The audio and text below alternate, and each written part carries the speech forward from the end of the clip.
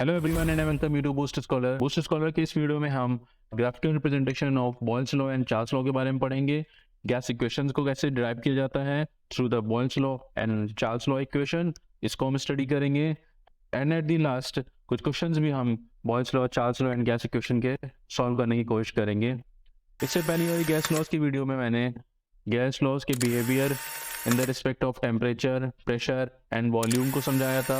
Boyle's law को काफ़ी detail में समझाया था, इसकी इक्वेशंस कैसे फॉर्म होती है उनको डिफाइन किया था। सो अगर आपने उन वीडियोस को नहीं देखा है तो लिंक्स मैं उनको डिस्क्रिप्शन में मेंशन कर दूंगा, आप उनको जाके देखिए। Let's start this video. Graphical verification of Boyle's law, volume versus pressure. क्योंकि बॉयल्स लॉ क्या कहता है, वॉल्यूम और प्रेशर का रिलेशनशिप ही बॉयल्स लॉ होता है ना। सो प्रेशर और वॉल्यूम के रिलेशनशिप को हम ग्राफिकल वे में समझने की कोशिश करेंगे। Let's start this. For example हमें बॉयल्स लॉ कहता है volume is inversely proportional to the pressure. जैसे जैसे या इन अदर वेज हम इसको और किस फॉर्म में कह सकते हैं, pressure is inversely proportional to the volume. जैसे ही हम प्रेशर को इंक्रीज करेंगे तो वॉल्यूम क्या होगा, डिक्रीज होगा। लास्ट टाइम पे हमने देखा था कि फॉर एग्जांपल एक बॉल है, इसके अंदर गैसियस पार्टिकल्स हैं, अगर हमने उसको ऊपर से प्रेशर लगाया तो ये क्या होगा, ये बॉल यहाँ से प्रेस्ड हो जाएगी, जिससे ये गैसियस पार्टिकल्स क्या होंगे, अंदर साइड में प्रेस्ड हो जाएंगे, जिससे कि यहाँ पे डेंसिटी जो होगी गैसियस पार्टिकल्स की वो ज्यादा हो जाएगी। तो हम एक और चीज कह सकते हैं कि प्रेशर लगाने से, pressure is directly proportional, pressure लगाने से क्या होता है, डेंसिटी ऑफ गैस भी इंक्रीज हो जाती है। ग्राफिकल रिप्रेजेंटेशन देखते हैं। जैसे ही हमने इसमें प्रेशर को इंक्रीज किया वो वॉल्यूम क्या होगा, डिक्रीज होगा। फर्दर हम प्रेशर को इंक्रीज करेंगे, वॉल्यूम अगेन डिक्रीज होगा। एंड फाइनल जैसे ही प्रेशर को और इंक्रीज करेंगे तो ये वॉल्यूम और भी कम हो जाएगा। सो हमने इसमें स्टडी किया कि क्या, कि जैसे जैसे हम प्रेशर को इंक्रीज कर रहे हैं वैसे वैसे ये वॉल्यूम डिक्रीज हो रहा है। और ये देखिए, ये जो कर्व बन रहा है ये हाइपरबोलिक कर्व बन रहा है। इसका कर्व कैसा होता है, एक हाइपरबोलिक कर्व होता है। ठीक है। सो बॉयल्स लॉ का जो ग्राफिकल रिप्रेजेंटेशन है, बॉयल्स लॉ का जो ग्राफिकल रिप्रेजेंटेशन है वो हाइपरबोलिक कर्व को मेक करता है। Okay, if you have any doubt regarding this lecture so please mention in the comment box, I will definitely solve it. Let's move. Significance of Boyle's law, कि Boyle's law का आखिर use कहाँ होता है, कहाँ पे बोल सकते हैं इसको रियलिटी में यूज होता है।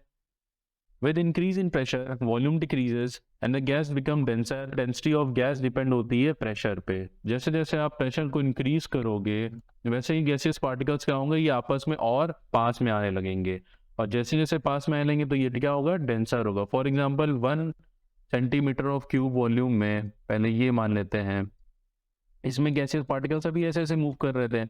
अब आपने इसको प्रेस किया, जब आप इसको प्रेस करोगे तो ये जो होगा, ये जो बॉल थी प्रेस से पहले था, गैसेस पार्टिकल ऐसे मूव कर रहे थे। आपने जब ये बॉल को प्रेस किया तो बॉल यहाँ से प्रेस्ड होने के बाद जो होगी, अब ये 1 यूनिट वॉल्यूम में जो गैसेस पार्टिकल जो यहाँ फ्रीली मूव कर रहे थे वो भी कहाँ हो गए, डाउनवर्ड शिफ्ट हो गए। जब डाउनवर्ड शिफ्ट हो जाएंगे तो अब गैसेस पार्टिकल सिर्फ इतने से ही वॉल्यूम में टेंडेंसी ज्यादा हो गई, इतने से ही वॉल्यूम में उनकी तादाद ज्यादा हो गई। तो इसलिए हम कह सकते हैं कि डेंसिटी जैसे जैसे प्रेशर को हम इंक्रीज करेंगे डेंसिटी जो होगी वो भी इंक्रीज होने लगती है। Let's at high altitude atmospheric pressure is low, air is less denser, hence a lesser quantity of oxygen is available for breathing. This is the reason why the mountaineers have to carry a oxygen cylinder with them. Exactly, जब mountaineers जब mountain में climb करने के लिए जाते हैं, ठीक है, mountaineers जब mountain पे climb करने के लिए आते हैं तो height जो होती है वो increase हो रही होती है, और वहां पे क्या है, एटमॉस्फेरिक प्रेशर जो होता है काफी कम होता है, और प्रेशर कम होने से क्या, as proportional to the pressure.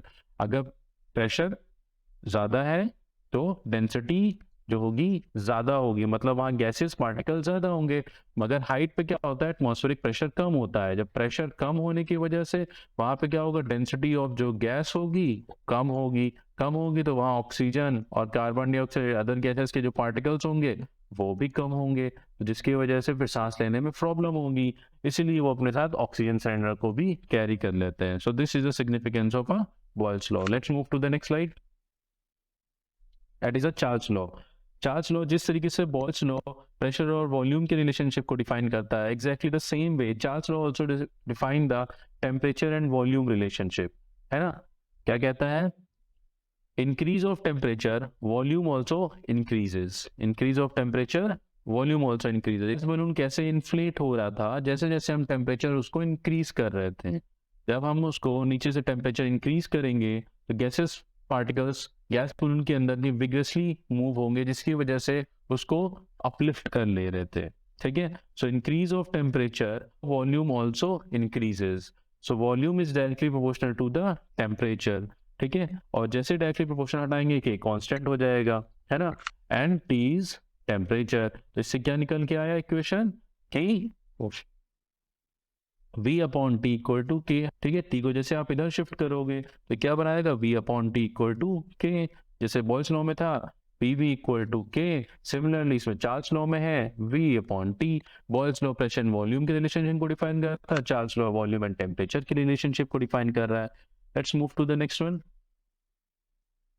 That is a mathematical expression. चलिए इसका मैथमेटिकल एक्सप्रेशन समझने की कोशिश करते हैं। Temperature is directly proportional to the volume, it means जैसे जैसे टेम्परेचर को हम राइज करेंगे वॉल्यूम जो होगा वो भी इंक्रीज होने लग जाएगा गैस का।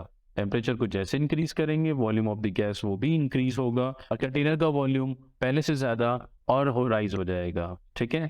फॉर एग्जाम्पल एक ये गैस बलून है, इसमें हमने टेम्परेचर दिया, तो गैसियस पार्टिकल जो होंगे वो क्या करेंगे, vigorously inner layer of the balloon पे अपना इंटरनल फोर्स लगाएंगे, जिसकी वजह से क्या होगा, एक दूसरे को पहले अंदर कोलाइड करेंगे, इंटरनल फोर्स लगाएंगे और बाहर मूव करने की तरफ भागेंगे, तो गैस बलून और भी इन्फ्लेट हो जाएगा और ये अपलिफ्ट हो जाएगा ऊपर की तरफ। तो टेम्परेचर बढ़ने से क्या हो गया, वॉल्यूम भी बढ़ गया। Temperature is directly proportional to the volume, proportion हटाएंगे तो क्या हो जाएगा, temperature is equal to constant V, ठीक है। जैसे ही कांस्टेंट वी आ गया, ओके, ये वी को इधर शिफ्ट करेंगे, temperature upon volume equal to K, that is a constant, है ना। सिमिलरली अब इसको हम क्या कह सकते हैं, T1 upon V1 equal to के, को T1 टेम्परेचर हमने दिया, V1 वॉल्यूम इंक्रीज हुआ, के कांस्टेंट। सिमिलरली कोई T2 टेम्परेचर दिया, वॉल्यूम इंक्रीज हुआ है T2 टेम्परेचर पे, तो यहाँ पे भी कांस्टेंट होगा। जब दोनों कांस्टेंट हैं, so using this first and this second equation, T1 upon V1 equal to T2 upon V2, है ना। So this is the mathematical expression of a Charles law. Let's move to the next one, graphical verification of Charles law. Volume and temperature का relationship होता है Charles law, सो इसमें graphical representation कैसे होगा, let's take जो Y access होगी हमारी, ये वॉल्यूम को हम इसको मेजर रख लेते हैं, है ना, और जो एक्स एक्सेस होगी हमारी उसको हम टेम्परेचर में रख लेते हैं डिग्री सेल्सियस में, ओके। सो अब इसमें क्या होता है, इसमें कि अभी टेम्परेचर कितना है, 0 डिग्री सेल्सियस है, टेम्परेचर 0 डिग्री सेल्सियस है, तो यहाँ पे वॉल्यूम मान लीजिए 30 है ना। किसी बलून में किसी कंटेनर में जब टेम्परेचर 0 है तो इसका वॉल्यूम इतना है, और चार्ल्स लॉ क्या कहता है, volume is directly proportional to the temperature, volume increases temperature will also increases. Similarly जैसे हमने इसको टेम्परेचर को इंक्रीज किया तो वॉल्यूम भी इंक्रीज हो रहा है, और फर्दर हम इसको टेम्परेचर को बढ़ाएंगे तो वॉल्यूम इंक्रीज होता चला जाएगा, है ना। तो इससे हमें क्या सीखने को मिला, चार्ल्स लॉ यही तो डिफाइन करता है, volume is directly proportional to the temperature. जैसे जैसे वो टेम्परेचर को बढ़ाएंगे हम, वैसे वैसे क्या हो रहा है, इधर साइड में वॉल्यूम भी बढ़ता चला जा रहा है, और इसको अगर पीछे एक्सटेंड कर देंगे, सो ये -273 डिग्री सेल्सियस पे जाके कांस्टेंट हो जाएगा।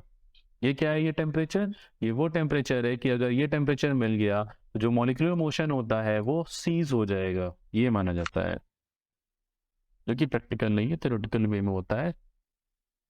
सो सिग्निफिकेंस ऑफ, जैसे बॉयल्स लॉ था वैसे चार्ल्स लॉ का सिग्निफिकेंस क्या होता है, बॉयल्स लॉ का क्या सिग्निफिकेंस था, कि mountaineers use the oxygen cylinder, why, because at the height density of gas is low. Significance of Charles law, volume of gas is directly proportional to its temperature, hence density decreases with an increase in temperature. This is the reason why hot air is filled into balloon, है ना।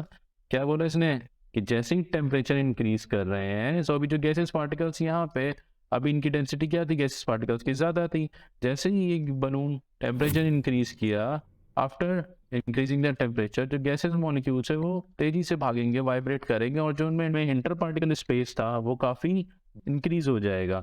सो जो density थी अब इस volume में, ये पहले volume था, वॉल्यूम में डेंसिटी गैसेस पार्टिकल ज़्यादा थे, अब इतने ही सेम वॉल्यूम में गैसेस पार्टिकल जो होंगे कम हो जाएंगे, क्योंकि ये पहले से जो गैसेस पार्टिकल्स यहाँ था वो अब यहाँ पहुँच चुका होगा, जो यहाँ था वो अलग जगह पहुँच चुका होगा। सो गैसेस पार्टिकल जो होंगे उनकी डेंसिटी कम हो जाएगी। डेंसिटी क्या होता है? mass upon volume. Gas equation, we have studied the Boyle's equation, Charles equation, gas equation, इन्हीं दोनों को कंबाइन करके ही गैस इक्वेशन फॉर्म होती है। देखते हैं क्या है। अकॉर्डिंग टू बॉयल्स लॉ क्या वो कहता है? Pressure is inversely proportional to volume. And according to Charles law क्या कहता है? Volume is directly proportional to the temperature, है ना। इसको आप इस तरह भी कह सकते हो, volume is inversely proportional to pressure. कोई भी वे है, बात एक ही है ना। Using Boyle's law and Charles law, which means volume inversely proportional to pressure and Charles law volume directly proportional to the temperature. जब इन दोनों को हम यूज करेंगे तो क्या कह सकते हैं? Volume is proportional to pressure into temperature. Proportional जैसे रिमूव करेंगे क्या हो जाएगा? V equal to K constant होता है, P अपॉन P को इधर शिफ्ट करेंगे, VP upon T equal to K constant. ये हो गई क्या आपकी? ये हो गई आपकी गैस इक्वेशन। सो नेक्स्ट इसका कैसे यूज कर सकते हैं? V1 upon T1 equal to V2 upon T2, just like the old way कि T1 इक्वल टू कांस्टेंट। वैसे ही कोई नया वॉल्यूम हो P2 T2 तो नया को तब भी कांस्टेंट ही होगा, तो कांस्टेंट होगा तो एक दूसरे के इक्वेट हो जाएंगे। तो V1 P1 या P1 V1 upon T1, P2 V2 upon T2, कुछ भी कह सकते हो। ठीक है, let's move to the next one. अगर आपको समझ में नहीं आया सो प्लीज इसको रिवाइंड कीजिएगा। If you have doubt in any topics so please mention it in the comment box, मैं उसको पूरी सॉल्व करने की कोशिश करूंगा। चलिए कुछ क्वेश्चन भी कर लेते हैं। For example 1 liter of gas at 10 degrees Celsius is heated till both its volume and pressure are tripled. Find the new temperature. 1 liter of gas ये क्या दिया गया है? 1 liter वॉल्यूम दिया गया है, टेम्परेचर कितना दिया गया है? 10 डिग्री सेल्सियस दिया गया है। Heated till both its volume and pressure are tripled. Find the new temperature. It means V1 जो है हमारे पास 1 लीटर है, टेम्परेचर T1 कितना है हमारे पास? 10 डिग्री सेल्सियस है। इसको केल्विन में बदल लीजिए। कैसे केल्विन बदलते हैं? 273 केल्विन ऐड करके 273 और 10 कितना हो गया? 283 केल्विन हो गया। इतना टेम्परेचर उसको हीट दिया कि वॉल्यूम एंड प्रेशर दोनों क्या हो गए? ट्रिपल हो गए। मान लो V1 है, T1 है और P1 प्रेशर है। ठीक है, ये P1 प्रेशर है, T1 प्रेशर क्या होगा? इनिशियल प्रेशर है। ठीक है, ये आपका इनिशियल वॉल्यूम है और ये आपका इनिशियल टेम्परेचर है। और ऐसे ही V2 क्या होगा?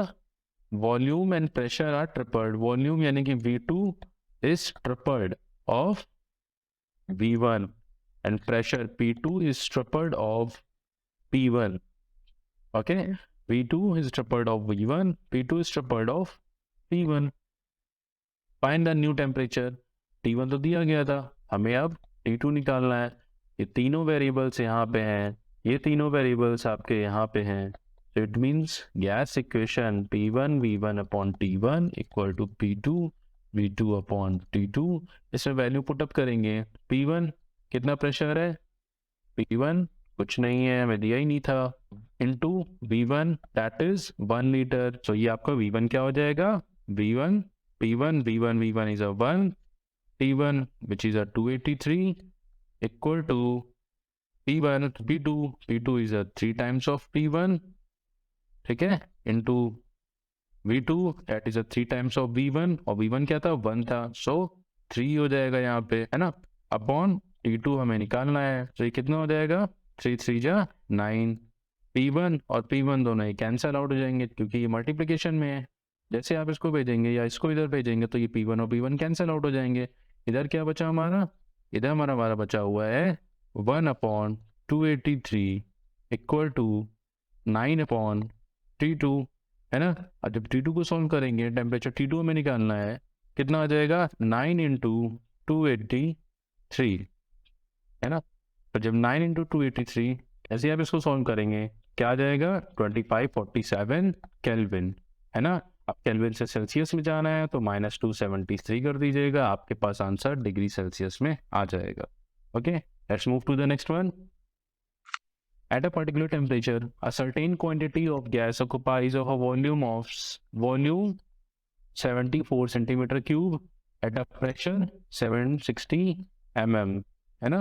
तो ये प्रेशर हमें P1 दिया गया है, ये हमारा वॉल्यूम V1 दे दिया है, ये V2 के बारे में क्वेश्चन हमें पूछ रहा है। प्रेशर वॉल्यूम का रिलेशन क्या हो जाएगा, ये P1 V1 equal to P2 V2। P1 की वैल्यू कितनी दी गई है, दैट इज 760।